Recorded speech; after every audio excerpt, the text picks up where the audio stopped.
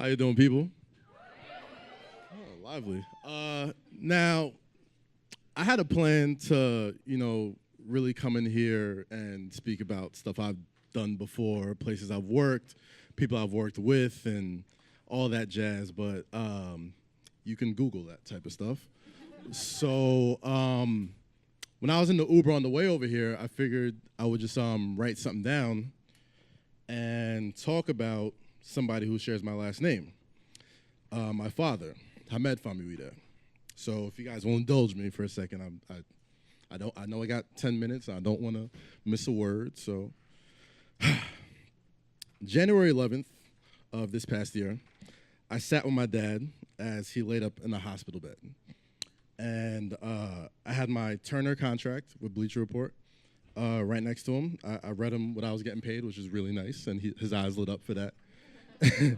And even as he was like hooked up to a bunch of machines and he couldn't really move that well and he was a little tired getting ready for chemo and that stuff, he was like, oh man, he let out like one of the biggest smiles I've seen. Like, and he's been sick for a while. He was sick for maybe like 2-3 years.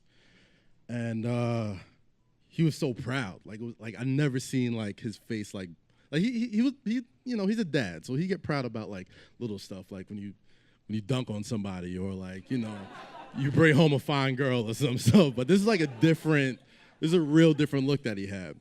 So he was real proud, and he said, "Yo, I gotta beat this. I gotta beat this." So the thing about him, right, was he was rich in the way that he had so many things that you can't buy, right? He had heart, he had respect, he had honor, faith. He was a very faithful dude. And he always left a lasting impression on people. Like, no matter who he talked to, who he met, everybody always came up to him and was like, yo, he's a good dude, he's a good guy, right? And, when I was younger, my parents separated, right? And separations could be really weird, depending on the parents or whatever. But my parents are different. I'm 100% Nigerian. I'm first generation. And we got Nigerian too? Okay, so this is nice. So I don't know. It's Chelsea. I don't know. Not a lot of y'all coming. So, it was rare. So, like, my parents are very much the ilk, like, if you're not a doctor or a lawyer, like, don't even come home, right? They laughing because they dead ass. Like, that's how it is. But that wasn't him. Like, my father was, like, really into art and, like, music.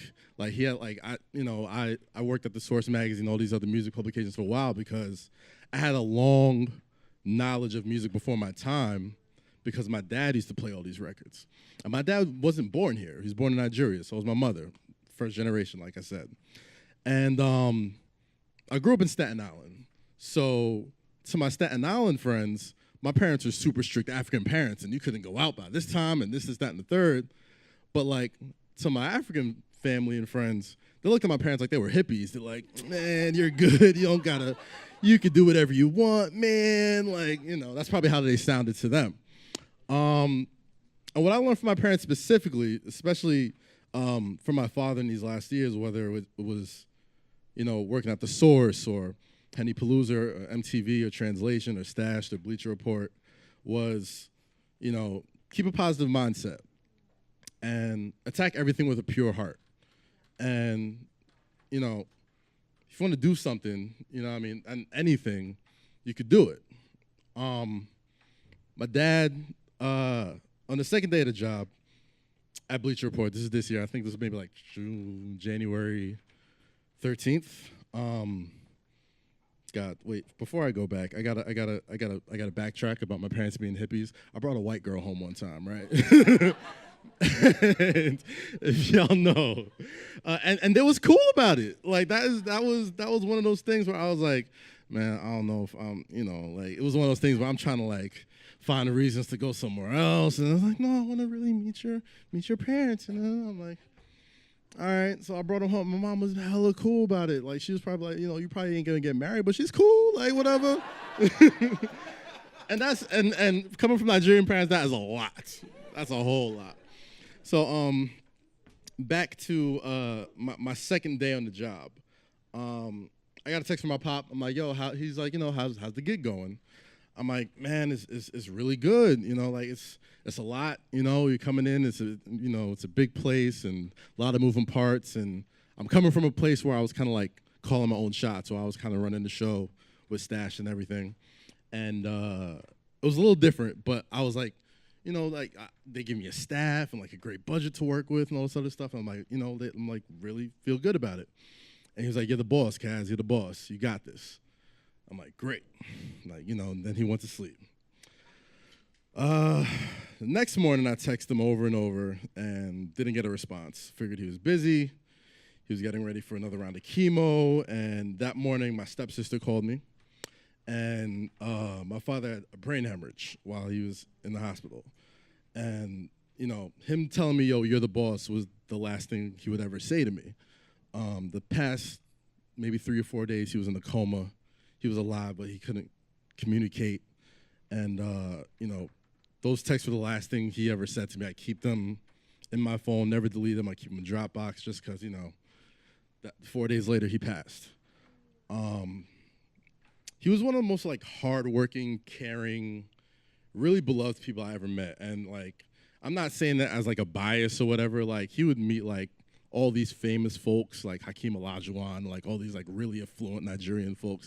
And like, like when, I'm sure you're all important people, you've been around rich people before, like they could kind of like navigate like fakeness, right? But people always were really, really drawn to my pop because, you can't teach class. You know what I mean? You can't teach values. Like it's stuff you're either born with or you just don't have it. And if it wasn't for him and my mother, I wouldn't have half the nerve to do the things that I've done in my career already. When I was in college, there wasn't really many platforms to combine like sports and music and comedy and, TV. And like I like to party, but like I don't like going to bars. So I'm like, why don't I party with my friends and get paid for that? You know what I mean? Like there's no school for that. Like, nobody's going to teach you how to do that shit, that stuff. Am I allowed to curse? Oh, I'm sorry. And I'm sorry. But the one thing I knew was that I love doing all that stuff. And when I was in school, I didn't think I'd be able to do any of that. But if it wasn't for, my parents, especially my father and my mother, I wouldn't have been able to get a group of my friends in a basement in Harlem and create a party, call it Hennypalooza, and start from a game room with like 60 people in it to a nationwide tour. So sells out everywhere. 8,000 people we just did in Coney Island. I wouldn't be able to work with a guy like Steve Stout and do stuff like Made in America and the NBA and create the stash.com, which is like, I'm basically asking the millionaire like, hey, give me a budget to create this website that I think is cool. And he's like, okay, all right, cool, there was no Bleacher Report when I was growing up, but there was ESPN and I thought that was cool. And I was really drawn to Stuart Scott. And I'm like, I think everybody should do what that guy's doing. You know what I mean? And there was the lane there now. And being where I'm at now, I couldn't have been without the guidance of him. And to get me and my career and everything that I've been through, you kind of got to get him. And I wanted to take this time where I could have just really kind of gassed my own head up and really big myself up to talk about somebody who probably won't get talked about by a lot of people, and that's him. And if it wasn't for him, there'd be no me. So yeah, thank you.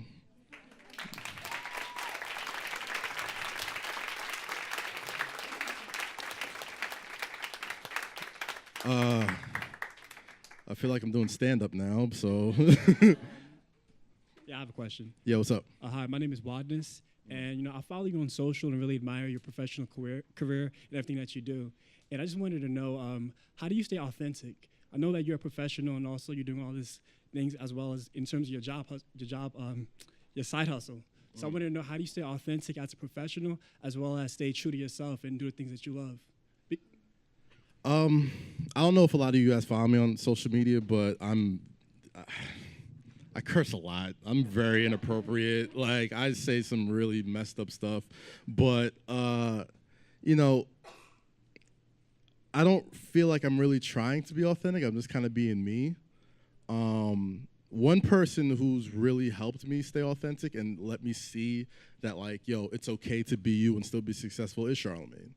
Charlemagne's a guy who I've known for a number of years, who's given me a lot of opportunities for television, and whenever I had something to push, he'd let me be on the Breakfast Club and talk about it with Ange and DJ Envy and all those guys. And, you know, seeing him be successful and him just always having an open ear to me and giving me an opportunity to really, like, talk my stuff and really just do whatever it is that I put my mind to, you know, it's helped me out a lot, because he's a guy who's has negative filter, you know what I'm saying? And not to say that I'm trying to, like, kind of do what he does, but he's an example of seeing someone that, you know, you could still stay true to yourself and not ever feel like you're kind of selling out for a brand or whatever. And it's almost like you might miss out on some opportunities, but you're never going to miss out on the right opportunity if you stay, you know, exactly who you are. It's gonna attract you. Like I said in, you know, in what I wrote just before, if you keep a pure heart and a positive mindset, almost all the time the right opportunity is going to come knocking on your doorstep, and you just got to be ready for it when it gets there. Appreciate your time. My name is Bryce. Thank you for everything. Quick question. You've been lucky enough to be with a Steve Stout in a translation, Black-owned, you know, company of that nature. But as you know, being in sports, entertainment, and the media industry, a lot of the corporate, I guess, level does not reflect the consumer, that demographic. How do you, I guess, keep a positive head knowing that, you know, you might be at a company where it doesn't reflect the consumer, or you see other companies where the corporate level is one and then the consumer, there might be a disconnect? How do you kind of, I guess, navigate that, keep a positive head? You'd be surprised, man. I've worked with Steve for almost 4 years. I've seen him go to meetings with billion-dollar companies in flip-flops. And I've seen him, he's one of the smartest dudes I've ever met. And in the same vein as Charlemagne, he's a guy who doesn't compromise his morals for anybody. You know what I'm saying? You want to talk about people who really do it for the culture. I know I hate saying that phrase. Everybody says it. But, like, when you have the heart for it and you come from that and you have the pockets to back it up, he doesn't need to be like, oh, okay, we'll listen to you, Nike or Reebok or whatever. You know what I'm saying? Like, the time that I spent working with him, he's walked away from deals that he didn't feel right with in his heart. You know what I'm saying? Like, personal story, like, I remember the day that we stopped doing Made in America with them. You know what I mean? Where, you know, he felt like that's a translation creation, Made in America. That wasn't Rock Nation and Budweiser and Hove. Like, that started in Steve's office. And it started to go away from the vision that he originally had for it. He had no problem walking away. And that's Budweiser money, dog. Like, that is no cheap chunk of change to just be like, you know what, I'm cool. I could do something else, you know? So it's hard. Like, it's hard on the surface to be like, okay, well, you know, I'm going to conform because it's the easier thing to do, and I don't want to rock the boat or anything like that. But trust me, like, if your intentions are pure and, like, you have a positive mindset and, like, you got your heart in the right place, maybe that's not the right opportunity, but the better opportunity is not too far behind. Like, you might miss a few, but it's not for you, dude. Like, if it's something that you think that, oh, this is it, and you don't get it, like, if your stuff is pure, like, trust me, the real right opportunities are right around the corner. So just, you know, keep stay on that. Can I get one more in? Real quick? One more? One more, real quick. Why not? Go ahead. How do you choose who you go into business with? Because you come across a lot of people, and you've built Hennypalooza from, just like you said, from basically nothing to this tour. how do you choose who you do business with? Well, Hennypalooza was built with my friends as well. It wasn't something I did on my own. It was definitely a product of keeping it pure, keeping it authentic. You know what I'm saying? Like there was lots of times where, and I don't even know if a lot of people know this, like Hennessy isn't involved in Hennypalooza. You know what I mean? Because the best thing that they've done is like not sue us. Just kind of let us do us. You know what I mean? And when you're working with your friends, your best friends, and when you had nothing, when you literally were just like, yo, let's just throw a game night, and the only way you can get into the crib is if you have some chicken and some Hennessy. That was literally your ticket to the sounds like a good time, right? Don't say chicken in front of me, man. That she was at the first one. There you go. But it's pure. You know what I mean? Like Hennypalooza could fall by the wayside tomorrow. Those are still my best friends. Those are still my homies. Like we're still gonna be at each other's weddings and funerals. So when you could go into business with people like that, you can't go wrong. Because if he goes down, if Cam goes down, if Lo goes down, if the rest of the homies go down, we're all going down together, and we're comfortable with that. We're comfortable with that.